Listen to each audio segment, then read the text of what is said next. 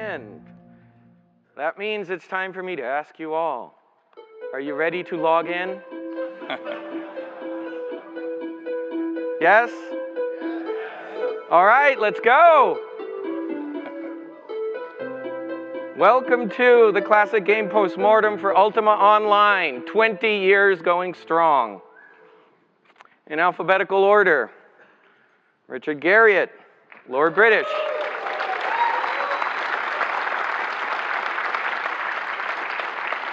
And what did you do on this game? I was there. Starr Long. Original game director. Me. Original lead designer. Rich Vogel. And what did you do on this game? I was the live producer. Yeah. All right. We need to travel back in time. To 1995. So just a reminder of what technology was like. So the height of technology was a 28.8 modem and so this is, your network currently is 2,500 times faster, okay? The state-of-the-art CPU was a 33 megahertz. A 4-core PC is 1,000 times faster than what we were working with back then, okay? 16 megabytes of RAM. You probably have 1,000 times the amount of RAM that we were working with. 1 megabyte 16-bit video card, okay? So you probably have 8,000 times the amount of video RAM right now. And 260 megabyte hard drive, okay? Your phone, the thing in your pocket, has 10 times the amount of storage that we were working with. So that's just the kind of limitations we were working with. And then we've got so what was happening in the space of the kind of games that we were, so the other games in the space were things like Air Warrior, Neverwinter Nights, and of course, The Realm. So Dragon Spires, and if Dr. Cat was here, we would go, Dr. Cat, Dragon Spires. Tell him later that we gave him a shout out. Yes, and then of course, really the thing that I give the most credit is Muds and Moos, and that's where, of course, Mr. Raph here came from. And so that's kind of the general environment that we were working in at the time. Things have changed. Yes, things have changed quite a bit. And then, so what was the start of all this? It was what we affectionately call Multima. But if you look back at Origin's history, when we first started making, or when I really first started making Ultima back in the late 70s and early 80s, they were always simulations of a party-based live-action Dungeons & Dragons campaign. And so doing a multiplayer Ultima is something we talked about year after year after year. But Starr just went through the games that were out kind of ahead of Ultima Online, and most of those were games that you had to pay per minute, or at least per hour, to a dial-up bulletin board service. And so they were very expensive to use. And the total user numbers were pretty small. And so years would go by, we would sit down and we'd talk about it. We'd even go talk to the people who made the games that you just saw flash by. We'd debate whether we could justify spending an Ultima scale budget on an online game. And year after year, the answer was no. The time was not right until. So I was in QA at the time, actually, and the inspiration actually for UO, I affectionately call it the rocket to the face. And we were playing. During lunchtime, Doom had come out, and we would have these multiplayer sessions of Doom. And I came around a corner, and we would race for the rocket launcher, right? And somebody beat me to the rocket launcher, and I raced around the corner, and I got a rocket to the face, and it was this inspiration of oh my God, players are really fun to play with and more fun than AI. And and and it was these conversations about a multiplayer Ultima and recreating that feeling of playing Dungeons and Dragons and having that social experience of playing multiplayer RPGs on paper, and looking at the other things that were happening with MUDs and MOOs. And so going to Richard and saying, really, and then looking at what was happening with the internet and looking at what was happening, the World Wide Web had just happened. I mean, it literally had just happened.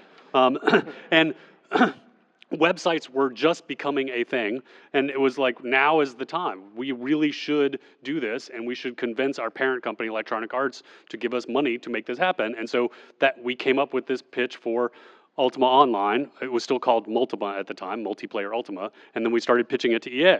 And as with many big companies, the pitch process is you put together a design document, which is mostly going to be thrown away if you start working on the game. You're probably familiar with this.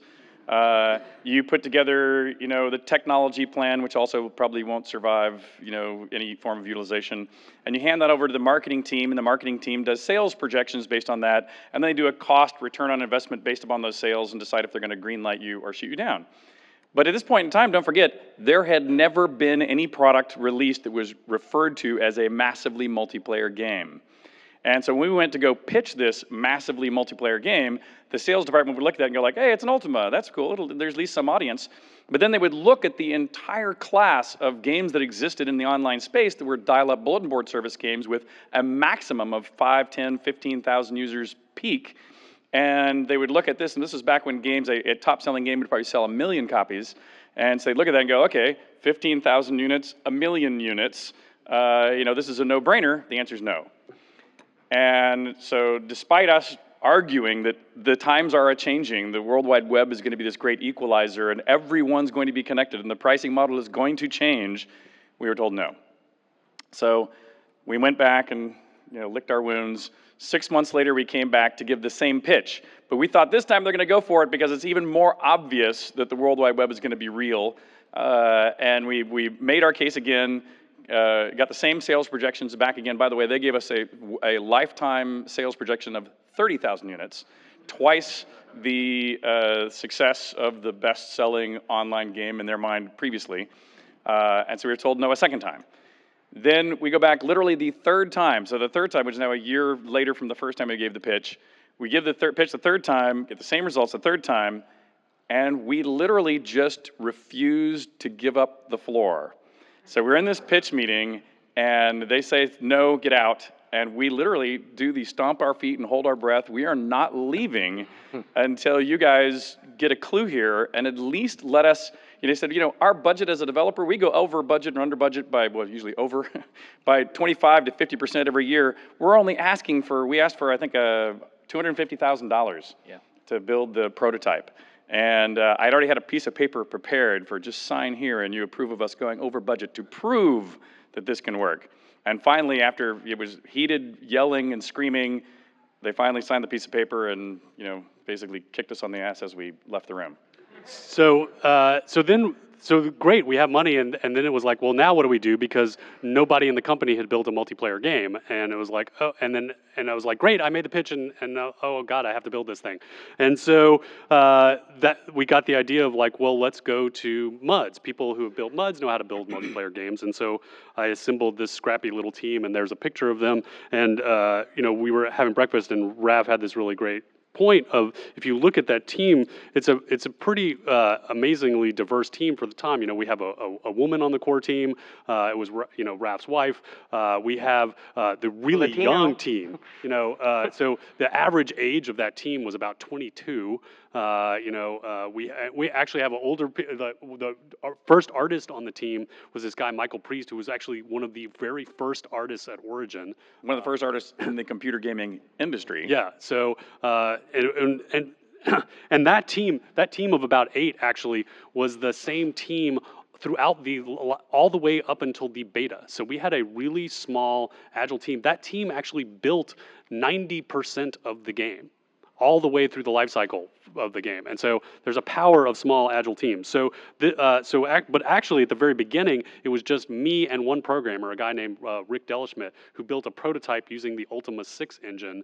All you could do with the prototype was you could run around, pick up an object, and then if you bumped into another character, that object would drop on the ground. And that was it. That was it. But you could get about 100 people in the game at the same time.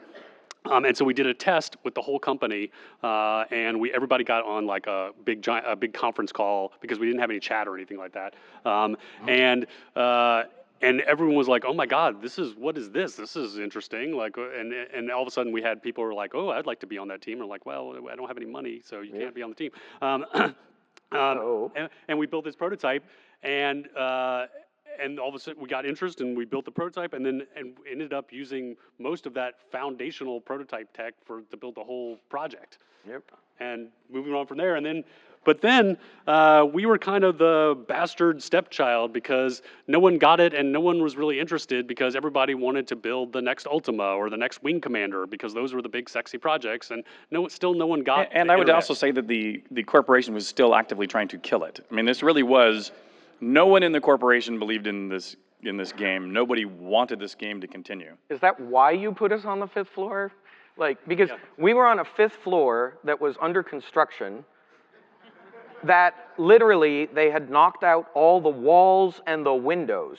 So the elevator surfaced to bare concrete, and if you turned right at this sign, you went to see our team that was still in a converted hallway. That was the only part left standing. If you turned left, you fell off the building 5 floors to your death. Yeah. And that's true. That's true. It was a test. Yeah. And there were actually sheets of plastic hanging down in this converted hallway to keep the dust from the construction out of their computers. Yep. But the noise, of course, came right through anyway. As did the cold, by the way. Yeah. Everything about this team was given the least possible support you can imagine by a company. But there was one point where we couldn't figure out why it was always cold and the heat never came on, and we finally figured out that our server was sitting underneath the thermostat. Yep. And that's why the heat never came on. Yep. And why we were all sitting with gloves on all the time trying to program with Trying to type. Yeah. That's right. Yeah. So my wife and I had been working in text muds, right? And these guys hire us, and they hire Rick. Actually, all 3 of us had came from the same text mud, one called Legend Mud. And we'd actually, on the drives back and forth from the interviews and whatnot, we were designing online game systems. You can actually see here, this is mostly my wife's handwriting. She's actually the uncredited key other designer. There were 2 key designers, and Kristen is absolutely the other one. And this was the only game she made, and she got out of the industry. You can see here the birth of things like abstract properties that underlie every object, the birth of ideas that today are, Minecraft, right? She had an economics degree. So here you see things like modeling overall economics flows. We actually submitted the idea of a full world simulation with abstract properties and player-run economy and crafting based on abstract properties in our job application, which was probably weird. It was awesome. But, so we submitted that, and it had all of these crazy ideas, like, what if we have a resource system that's based on Maslow's hierarchy of needs, so that AIs want food and shelter and desire in that order, and we can define everything, like the branches, the logs, the sheep, the rabbits, the walls, the swords, in terms of these abstract properties and this AI, so that everything can move along in all these different ways. This didn't ship. It broke badly. Closed economy, real disaster. But from the outset, we were thinking in terms of this really vast simulation, right? Even today, a 4 kilometer by 4 kilometer world at 1 meter resolution, where every entity is running abstract properties as a cellular automata simulation. Those of you who are programmers are going, cool. But it barely ran back then, right? We thought we could actually build 4 times that, and then Starr told us we were, wrong. So that all went away. and simulated all the way down to individual 1 meter granularity, which meant that people could, build anything they wanted, dress any way they wanted, they could craft anything they wanted. Just about everything in the game was going to be something that was dynamically created. NPCs would set all the prices. There wouldn't be much static data. Everything could be customized and colorized.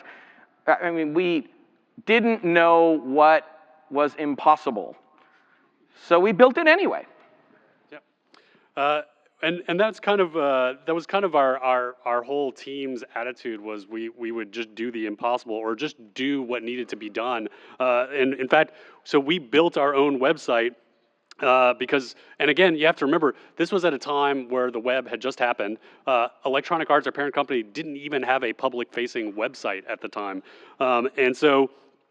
We built our own website, and we didn't tell anyone we had built a website. We just did it, and our lead programmer, the guy Rick, who basically built all of the foundational tech, amazing guy, he loved llamas, and so our whole website had llamas all over it. And since there were only 10 of us. Yeah, and that's the original logo for Ultima Online that pretty much no one ever saw unless they saw that original website. It's still my favorite logo for the game. I wish we had used it. And this, by the way, this website had this FAQ on it. By the way, we think one of the very first FAQs ever. No, there were tons on Usenet. But for a commercial game. Commercial game, maybe. Yeah. And promised a huge list of features. Yeah. I mean, come on, we promised the moon, right? And everything. I mean, think about what UO was even compared to what there is today. We were saying, let us make a true alternate fantasy world where everything is alive, where everything is simulated, where every single dynamic object in the game persisted. Remember when you could drop shit on the ground, right? I mean, you can't do that anymore, right? A world with true consequence. Part of the point was live the virtues for real. Like, the training wheels are off now, right? We're not going to give you little quests necessarily so that you know how to act. We were saying, no, you have to actually know. You've had 8 games and 9 games, 10 games at that point with all the spin-offs, right? You should know by now what the virtues are. Start behaving. And a game where combat and crafting and role-playing were all equally important, instead of killing being the only thing. So we promised the moon, and it turned out people liked the promise. Well, and what's interesting also about when we put up that first website, or something we announced on that website, is by the time we got around to being willing to let people come in and test the game, we'd now already spent our $250,000 that we had, barely managed to eke out. And we suddenly came to this point where we're going like, well, now that we have this game, it's much larger than these slow modems could download. People couldn't download the whole game practically. And so we needed to send people a CD with the game on it for them to really be able to help us test it. And that, of course, would cost us money. And so we thought, well, we don't have any money left. We could have people sign up. We wouldn't be able to afford to send them the discs since we're now broke. Well, or even manufacture the discs. Yeah. And so we said, okay, well, we will now charge people for the privilege of being testers. And so there was a first early access right there. Yeah, and so we weren't sure people would go for that, but we put that up on our website. Hey, we're the Ultima guys making this Ultima Online thing. And don't forget, our sales projections for the game were 30,000 units lifetime. And as soon as we put up this marker that said, pay us $5 to be a beta tester, within a few days, 50,000 people had signed up to pay to be beta testers. And that was the day EA got it. Yeah, and so they sort of woke up, So we had all these people sign up. We started our beta, and we started manufacturing these CDs, which, by the way, those things are collector's items now on eBay. But and EA woke up, and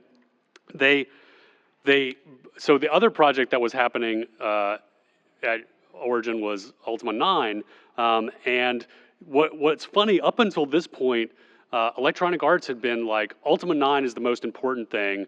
It's the next sequel to the big franchise, and that's the thing. Let's do each franchise has its sequel, and you do that every year. It's like the next Madden, et cetera, et cetera.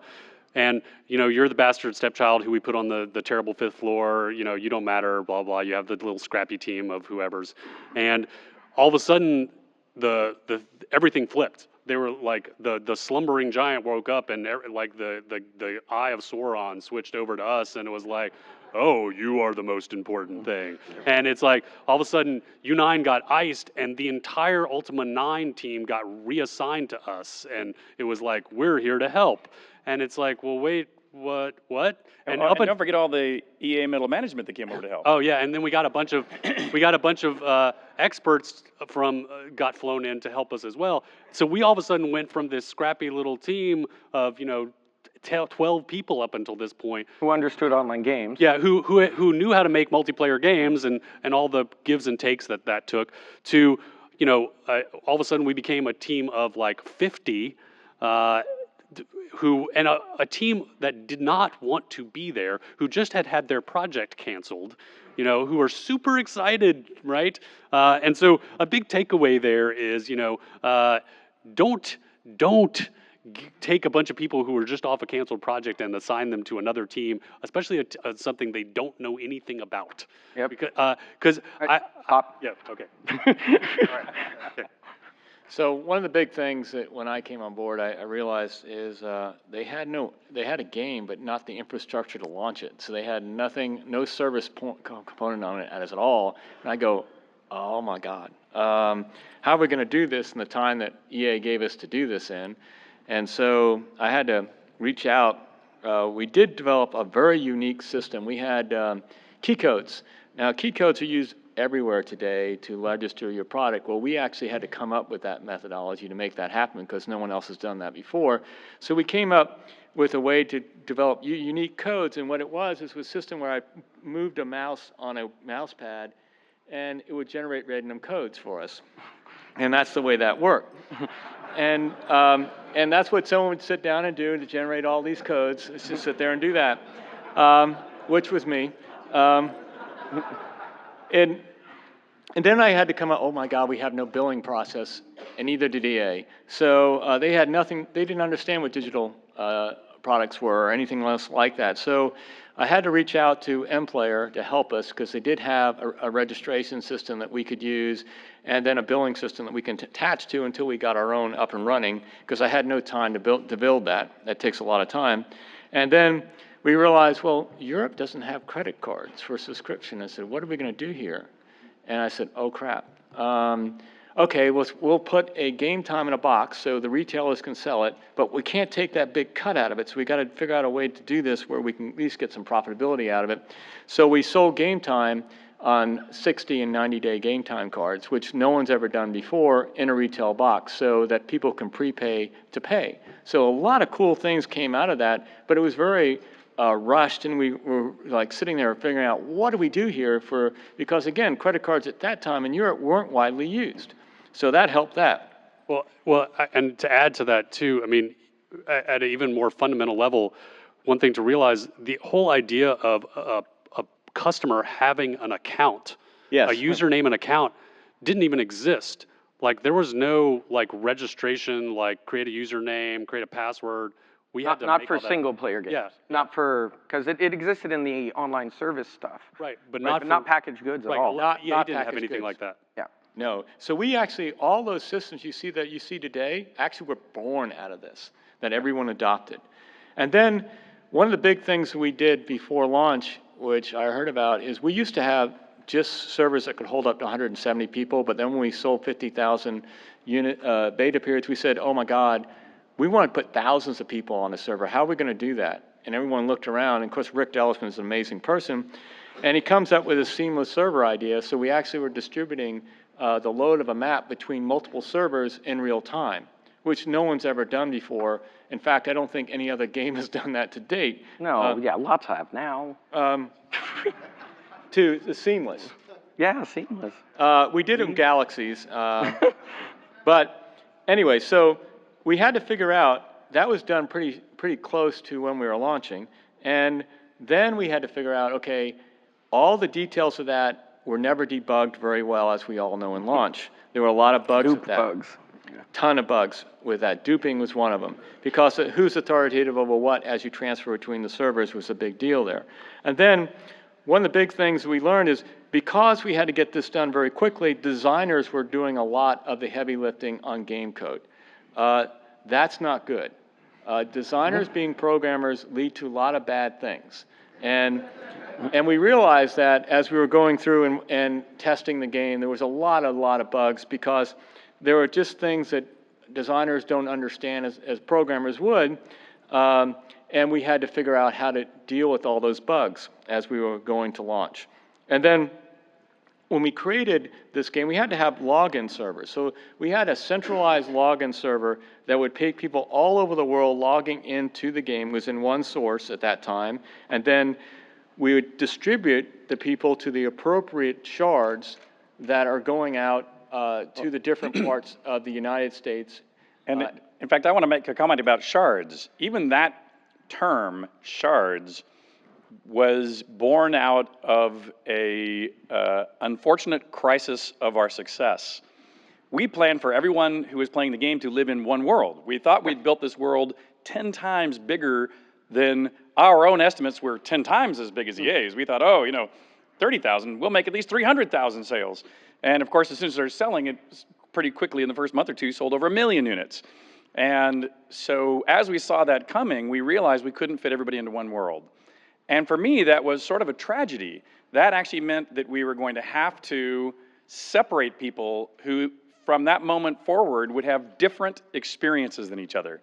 And so I thought of, how can we fictionally make that okay and make that this multiverse feel like a single world?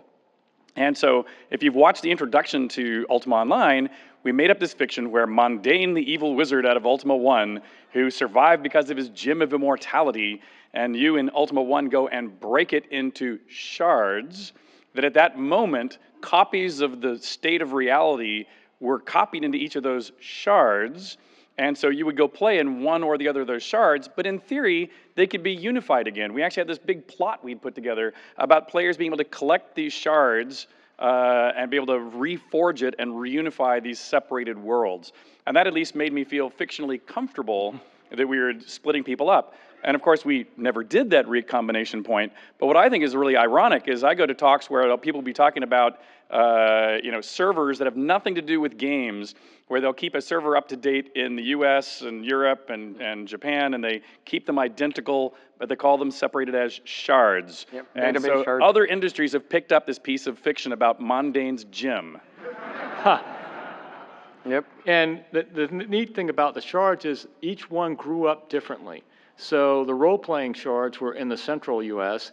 The PK shards were in the northeast of the country, as well as in the Pacific, became where those were PK shards. And it's amazing how each one evolved differently, which was kind of cool. But also, when we were tracking bugs, sometimes we realized things would happen over here way before things would happen in the central, because the PKers were doing something that the role-playing shards weren't doing. And it was interesting to keep up with all that. Yep. Moving on. Moving on. Right. So one of the things that we did when we launched was you only get one launch. Now we say don't launch until you're ready. And because we have now early access and things like that, you really have to be very careful about when to launch. And I think that has been a lesson we've been trying to preach ever since UO launched, that don't launch until you're ready. And you see all the different catastrophes that happen when people launching because of other reasons. Basically, I look at that as making short-term decisions on a long-term bet. You have to balance out what's more important. This thing is a living, breathing organism, so to speak, when you launch, and you're just beginning. So it's really important to get whatever you're going to reveal out to public test to be at a certain level of quality that you can get people to continue playing the game. That's really, really important. One of the other things we learned, because we broke up in shards, was the whole population control. So we had to have mechanisms to backfill our shards, because what we didn't want to do is open up too many shards where you have a dispersed population problem where suddenly you have low population on servers and high population on other servers. And what that does is you really can't close down a shard easily. You just can't, because especially a persistent world shard, that's really, really hard to do and collapse. So basically, what we had to do in order to do that is make sure that if you had people coming in, we'd backfill to the lower shards. And other thing is escalation plans are really important. So one of the things we did, we had no escalation plan at all for whether anything happened. So we had to develop a whole escalation plan or a run book on the service. And one of the biggest things about, one of the things I always talk about is there's a lot of hidden work to do on games as a service that we learned in Ultima Online.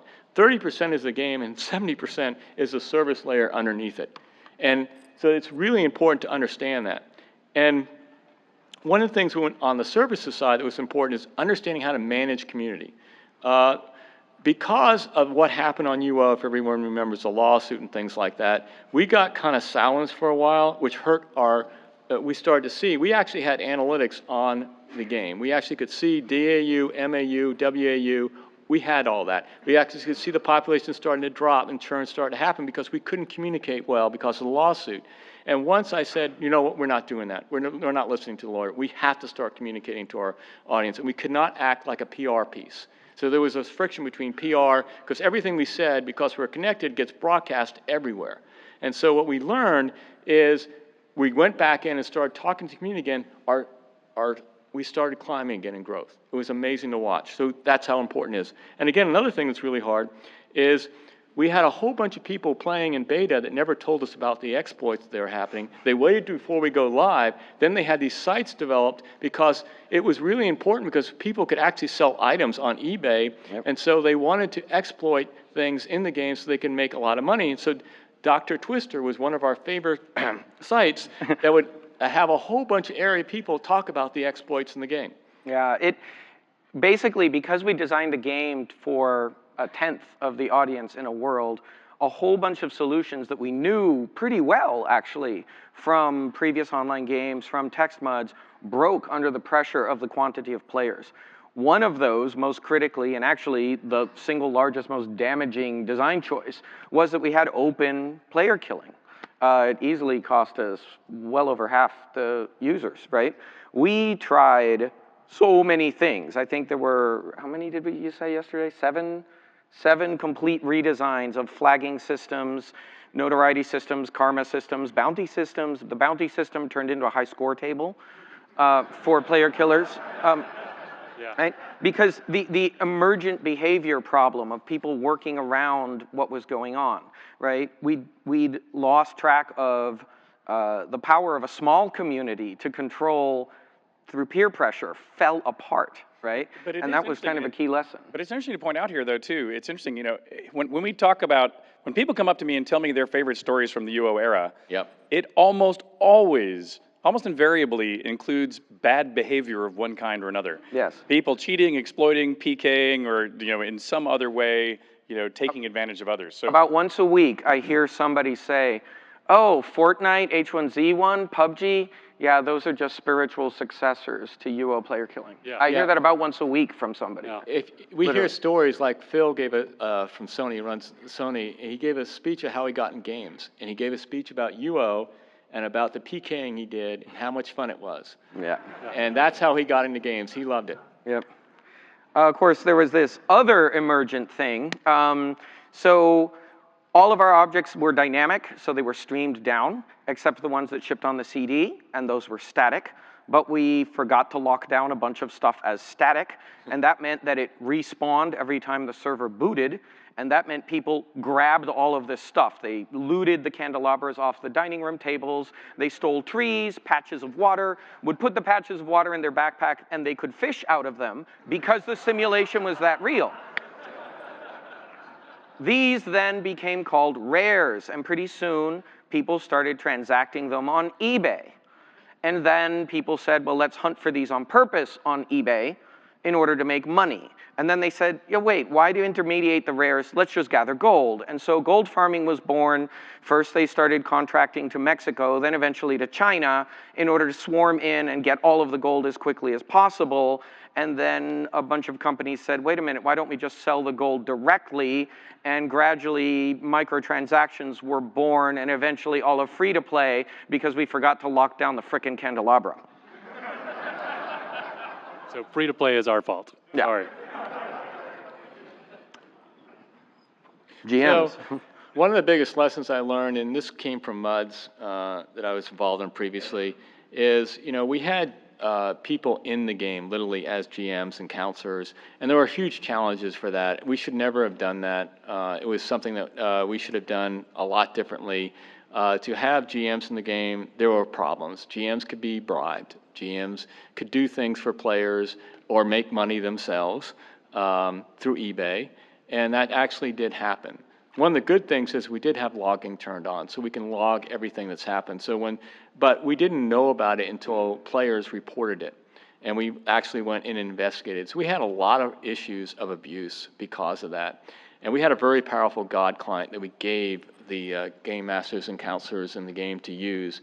And so we learned how to lock things down. And one of the biggest things is you can see the games today versus the games then is we started pulling away from GMs present in the game 24/7. That's a huge cost, by the way. Someone coming in the game responding to your things within 24/7 is just crazy from a cost wise. We definitely was one of the biggest mistakes we learned, and you can definitely see as games progressed, they didn't do that anymore.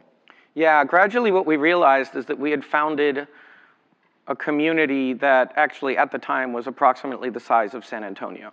Yeah. Right? We were running a city. Yeah. And so I actually started reading about politics and government stuff because it became apparent that's what we were doing. We were actually the government. We had corrupt cops that we had to monitor, so we needed an internal affairs department. We needed all of these things. We started modeling like a government. One example of that is how we ran patch notes. It used to be, this is actually the very first patch note in Ultima Online, very first patch 1 week after launch. And what we did was we ran forums to communicate with players. Think of this as like running town halls. We eventually actually called it the House of Commons. We, instead of just writing code, would actually post up proposed changes to the law and allow a period of public comment, just like in the real world. And then it would go into testing on a separate server so that people could go in and try it out. And then only after that process, things could be sent back to committee or moved forward. We literally just started running it as if it were a government. Yeah, we had a whole organization, online services group that would go through all the feedback that was coming in from Test Center, the community, and also from customer support would come up, and we all talk about what the next patch is going to be. Yeah, it's important to realize there were people doing this job out there in the world, but the title community manager was kind of not a thing. No, right? In fact, I remember the first time we went to my brother Robert and said we want to hire someone whose job is going to be community management. And my brother was like, well, what is the productivity of their output? What's their deliverable that can justify a headcount expense? And he said, well, they're going to talk to the community. He's going like, that sounds really valuable. It was actually really hard to do. I mean, now we wouldn't, of course, start without it. Yeah. But I mean, it was really hard to make that sales. Yeah, I probably spent 20 plus hours a week on that job before. He was the best community manager we had, was Raph. And there's a certain thing we learned what you needed in a community manager. And we were a connected community. EA was never used to that. And because we were a connected community, we had hundreds of thousands of people that had a voice out there. And that's when something happened, Larry Prost knew about it. Yeah. That's how bad, that's how it Speaking of which, right? Yes. I mean, this is what happened, right? Yep. It's, this period of time was really hard for us because the lawsuit literally got settled later, but it was something that caused a lot of tension between the group, the development group, and EA, because again, we can't just live without talking to our community. We can't be silent. It won't work. And our numbers showed that until we started talking to the community again. And if you're wondering why you can't find like original design Bibles for UO out there on the internet. It's because they're actually all sitting in an EA legal file cabinet for discovery for this lawsuit. I had to send a stack of paper this tall, and I never saw it again. No, we never did. It was just sad. The other thing is, we talk about community. We had a big community evolve. No, wait, you skipped Richards on this one. What was I going to do well, one thing I just want to say about this too is just to go back to something we were talking about earlier is that we were a team of about 8 to 12 people and we got Ultima Online done in 2 years and 3 months. And which you compare now to where the industry has gotten to, where we build these giant teams to build, these amazing products. But I feel like we've gotten into this trap where we think we need 300 people to build something, and we forget about the negative momentum that comes with building these giant teams. And I think we need to remind ourselves of how a small and agile team can do amazing things. But it is interesting to point out the picture in the upper left of that screenshot there, which is the team size at the end, which is somewhere between 50 and 100 people that, only a few months prior to the end was under 10 people. Yeah, and by the way, 1 month later after launch, you see that huge team there? Want to guess how many and who was left? Yeah. Literally. Yeah. This is it. Yeah. Yep. Everybody else moved on. Yeah, and we had 12 people to run this thing, and I was just like, and then we had to hire them out of the player base because nobody inside the company who'd worked on UO. We were it. Everybody else moved away. The most panic moment I had was when all my programmers left at once to form another company. They just wanted to leave, and I go, oh crap, what do we do now? Yep. All right, now we can go here, right? The thing is, what we'd unleashed, right? To this day, like, for example, I mentioned the patch notes, right? So we also used to write essays that were, here's what we think philosophically about the future of virtual worlds. Today, those essays are articles on Wikipedia, right? We didn't really realize quite the extent of the impact we were having. All of these well-known community sites and networks, IGN, used to, once upon a time, started as the UO Vault, right? And UO Vault, right? Like UO Vault and Crossroads. Crossroads, we had to sponsor them. I actually had to pull them in and run on our servers because they couldn't afford the hits that they were getting on the sites, and they were actually going under. I said, don't go under. We'll just take you, put you up until you get your ready on your feet again. So about 1.5 years until EQ and other games started coming out, and Ashland's Call, they started getting on their feet again and getting enough ad revenue. We actually hosted those sites to keep them alive. That's how valuable we thought community was. It was a great move to do because it definitely helped the whole community. Yeah, there are guilds still running today, holding annual conventions that are on their 3rd generation of guild members in one family today, coming together. Shout out LLTS, anybody? Yeah. The Syndicate, Shadow Clan. And one of my favorite stories, there was a really young guy, newlywed at the time, who, he'd done cartooning while he was at school, and he really wanted to be a cartoonist, so he started making a UO fan comic strip, and I loved it, so I featured it on the UO website. It was all about Samwise the Bard and Skull the Troll. Anybody here read PvP Online? Yeah, so today this is Scott Kurtz, Harvey and Eisner award-winning cartoonist. Stuff like that is what was born out of this community. We had managed to build, that San Antonio-sized city, and it gave us fruit in ways that we absolutely never, ever expected. So, yeah, I mean, some amount of you here in this room are probably here. I get people coming up saying, this is the reason I'm in games. I get that all the time. Yeah, it's awesome. So that leads us to talking about some of the crazy. So we'll go through this quickly because I want to leave time for questions. But that was the heartwarming part. There was some seedier sides to our community. We were very excited.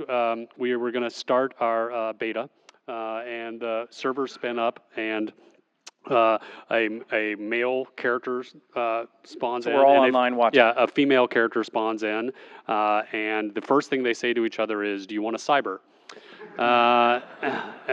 And you could, basically that involved taking all your clothes off and bowing in front of each other and typing nasty messages. That within a week had evolved into a prostitution ring at the in one of the empty buildings along the docks in the capital town of Britain, run by a character named Fly Guy, who used our elaborate dyeing system of the clothing to dye his. He wore this Cavalier's hat. You know, it had a big feather in it, dyed it bright colors. He had a stable of ladies that you would pay him gold, and then they would go. And the buildings were empty, so he commandeered them, and then you would go into the building where no one could see, and then they would type dirty messages. And so that was the first thriving business in our game, not smithing. Not carpentry. Yep. So I mean, the world's oldest profession was true, and I mean, and he made more money at the beginning than anybody else in our game. Yeah. So one of the things we did for all our team was we put them through CS training. So we actually had them come in and be actually GMs in the game because it helped us. And I was on call, and suddenly I got a whole bunch of messages, and basically people were putting in these runes into the banks where you couldn't see them until you got into, as you enter the bank, it teleports you to an island. They would take your clothes off and rob you, and then leave you there without any way of getting away. And so I got my call, and I said, oh my God, I can't believe this is happening. And I go out there on the island, there's a whole bunch of naked people yelling at me. And I said, okay, I get it. I'll go first let's get your clothes on, and then we'll get you moved out of here and teleported out. But that was, the amount of exploits in this game were just incredible. I remember, just real quickly, on Christmas, I was a NOC. So I was a network operations center. I ran the NOC on Christmas Eve because I wanted to give the people time off. So what we did is we had Santa spawn a reindeer to celebrate Christmas.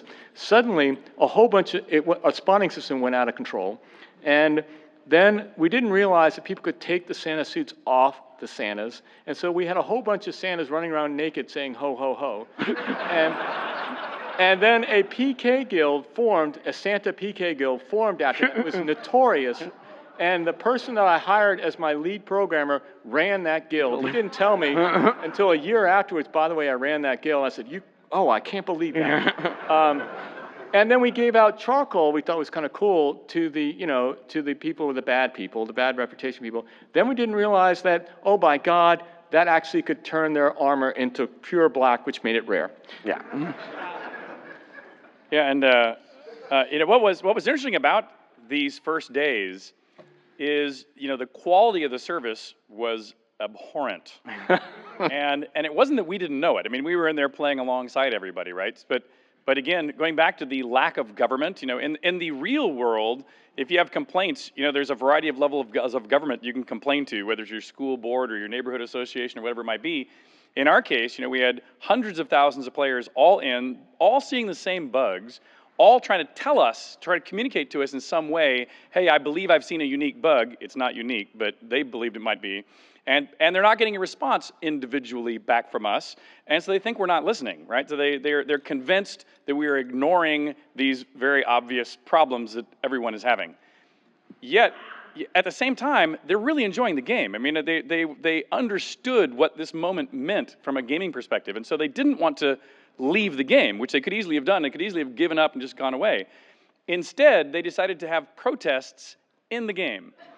And because by doing that, by the way, it made things much worse. And so they thought, if we don't pay attention to the laggy service and failures, crashes based upon overloading areas, we're just going to, double down and make it even worse. So they would love to go break into places. This one is in some town, but they also did it in our castle, in Lord British's castle, where we actually had to go unlock the doors for them to let them in. But then once they came in, they all took off all their clothes. They all started drinking heavily, which makes you then vomit. And then they all started, so not only was the castle just covered in puke, naked bodies running around, bumbling around, and everybody's also screaming obscenities. So And by this, they hoped they're going to get our attention. And we of course, we thought it was the greatest thing since sliced bread. My favorite was when they all got in a line and turned around and bowed and mooned all of you in the city of Moonglow. Yes, and Yeah. we had GMs approach there because we wanted to control the crowd. We had to teleport people out, and they didn't like that very much. So they started mooning us. So early on, our philosophy was when things were going weird like this, we didn't want to solve it by pulling away from the simulation. So for example, this here's the city of Trinsic, and a group of player killers said, they formed a carpenter player killer guild, and that gate up at the front, they just barricaded it with tens of thousands of armoires and desks and chairs so that nobody could get out. And everybody who spawned into Trinsic had to leave through the tiny little one-tile wide gate at the bottom where they couldn't see what was happening and got, hit in the back of the head the minute they came out. And this siege of Trinsic lasted all the way till the next patch, which is when we patched in the ability for axes to chop furniture apart, right? So our approach early on was, let's run with the emergence instead of away from it. And that's a philosophy that honestly I wish more games still pursued. Yeah, give them the tools, and they actually had the tools to do that and get out of it. Yep. So real quick, because I want to get to the awesome part. We had one player that using the clothing system again assumed this character of Hulk Hogan, and would dress basically in red underwear and blonde hair, and he challenged my character Blackthorn. He kept issuing these taunts to me to use the unarmed combat skill to do a wrestling match, and so we totally embraced this, and we had a series of wrestling matches. They were player events. And it was theater troops, sports leagues, you name it. Yeah. But of course, the peak of player. Most famous event. Most famous event. Yeah. So, this one's literally in the history books. During the development, this event happened close to the end of the beta period. We were debating exactly what date it was. I'll have to go look it up. But close to the end. And as you might have guessed, every now and then during the beta, we would do wipes, right? We'd have to reset the whole service. We had enough changes. The data structures fundamentally changed. And that meant all of us had to go rebuild our characters again, including me. And when you rebuild your character, one of the things that was really important for me to do was to turn on a little flag called invulnerability. And because already in all Ultimas and in Ultima Online, people were regularly trying to gank me, and so I had the programmers put in this ability to make myself immortal. And so people had given up trying because I was always immortal, until this day. When we had been going around giving speeches, going town to town, telling everybody thank you very much for coming and participating in the beta, and we were getting ready to launch and how excited we were to be there. And we were broadcasting the whole, a GM announced that would announce across all cities at the same time, but we would teleport from city to city to kind of make an appearance. And we were at the last appearance here on Trinsic, up on the parapet wall that you can see there, when a gentleman by the name of Rains cast a fire field right around where Starr and I were standing. And I strolled into it, and I'm like, haha, you think that can hurt me? Because I had remembered to turn my invulnerability flag on. And I thought, haha, I'm immortal too. And so I walked into that fire field and fell over dead. And what was amazing about this moment is to see what the reaction was both in the community of players surrounding and at Origin. Because again, we had no back channel communication amongst ourselves other than the in-house phone system. And that phone system couldn't have all of us at the same time. So there were like groups of us on the phone together, separate from other groups. And so the QA people see Lord British go down, and they're going like, well, how do we get him back to life? And Starr sees me go down, and I'm going, ooh, is all I can say, because I'm a ghost. And so everybody's scrambling to figure out what to do, and Starr comes up with a brilliant idea. Yeah, so I unleashed a bunch of demons in the crowd. And then we had GMs protecting him so no one could loot his body. Yeah. But it was really funny just because at that moment it really was for us just one of these kind of joyous emergent moments. Yeah. I mean, the king was dead, right? And I think for all of us that was the moment that we realized, right? This was no longer about control, right? The new rulers of our virtual world that now we all play in all the time. This was really the moment when we realized The players are going to be the ones who topple the kings. This was the moment we realized what we had set free. You, right? We had set you free. And, you know, no offense, but Richard was no longer the ruler of fantasy worlds. The power was now in your hands. And from the bottom of all of our hearts, I think we actually want to say thank you for that. Yeah, thank you so much. Thank you for killing Richard. Yes. Don't do it again.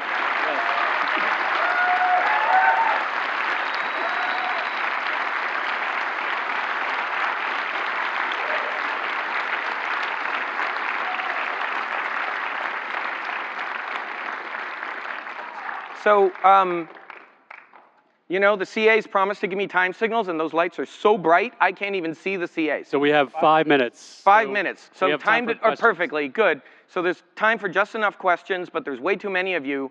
And we have access to the 2 overflow rooms over there. So if we run out of time, please meet us over there. Please We're do gonna go there remember, next. fill out the surveys. 5s are a wonderful number. We really like the number 5. All right, Dutch Cat, we shouted out to you earlier. You weren't here. We gave you a talked shout about out, you. a screenshot, and everything. All right, Yeah. what's up? I'm going to have to look on the vault. I got here 2 minutes late, and I missed my moment.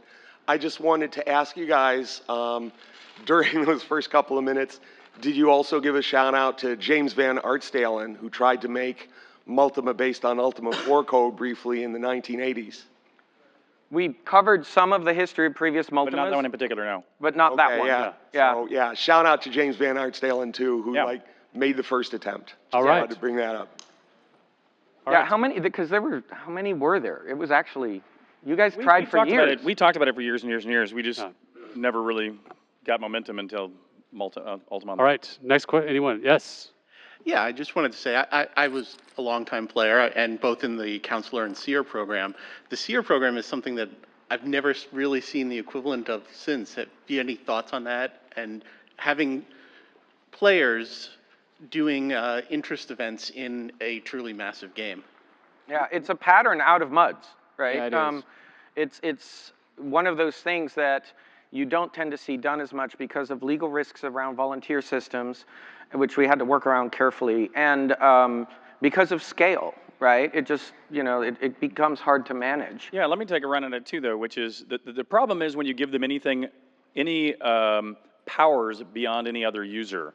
And so the way the approach we're now taking with our new game is to, you know, if you think about who in the real world are good storytellers or good chefs to make restaurants or good architects to make buildings, there's a natural competition to weed out bad creators, if you know what I mean. Their work, their land, their plot of land, the taxes on it becomes too much and they go away, and somebody who does a better job comes in their stead. And that's why normally in a virtual world, if you unleash too much power to everyone equally, not everyone is a great creator, and so you end up with a world full of trash. And so versus bequest power to seers, we're now believers in bequest the power to everybody, just give an ability, a cost to put things in the world that otherwise it gets cleaned up. And that way only the good creators stuff persists. Yeah. We had in Star Wars Galaxies ended up eventually launching a what was called a storyteller system, which allowed players to gain access to a constrained set of tools so that they could build quests and run events for one another. But it was a constrained set rather than basically handing an all-powerful client off to strangers. Thank you. Yeah. Any more? Oh, come on. There we go. Oh, that's a question. Thanks so much for making this incredible game. I'm curious about the degradation of houses and sort of major, you know, you worked a long time to get a house and then you manage to find a spot to place it and then you don't show up for a while and it goes away. Yeah. I'd love to hear more about the design of Sure. We didn't have enough space. Yeah. When we expected 1/10 of the number of players on the map, we had left clearings for that many houses. And instead, 1 in 10 players could find space for a house. There are features probably still live in the game where those clearings, it used to be before players populated every space, we would actually spawn NPC camps and buildings in those, that you could come in and fight them, the orc camps and whatnot. And after enough houses were placed, that feature never happened again because people couldn't even, there was no place to spawn those. So we had to have decay and we had to have cleanup in the system, tuning, you know, how quickly and how fast, particularly given that there was unlimited ability to store things in the house. Yes. So to give people some perspective, you guys think Battlefield or something has a lot of dynamic stuff running around in it? You know, hundreds of players and hundreds of bullets flying? Any given arbitrary house in UO probably had 20 to 30,000 dynamic objects simultaneously, each of them capable of running scripted behaviors in real time, right? So yeah, we had to clean it up. We didn't have a choice. Yeah. Yeah, and it was also a matter of maintaining interest for other people as well. So if someone would just go and claim land and then never use it, that for us, that was a waste of community space, right? And so that was another reason for the decay. Thanks. Yeah. All right, well, why don't we, So we're out of time, so why don't we move outside? So we're going to go to the overflow space 22, what is it? 2022 and 2024.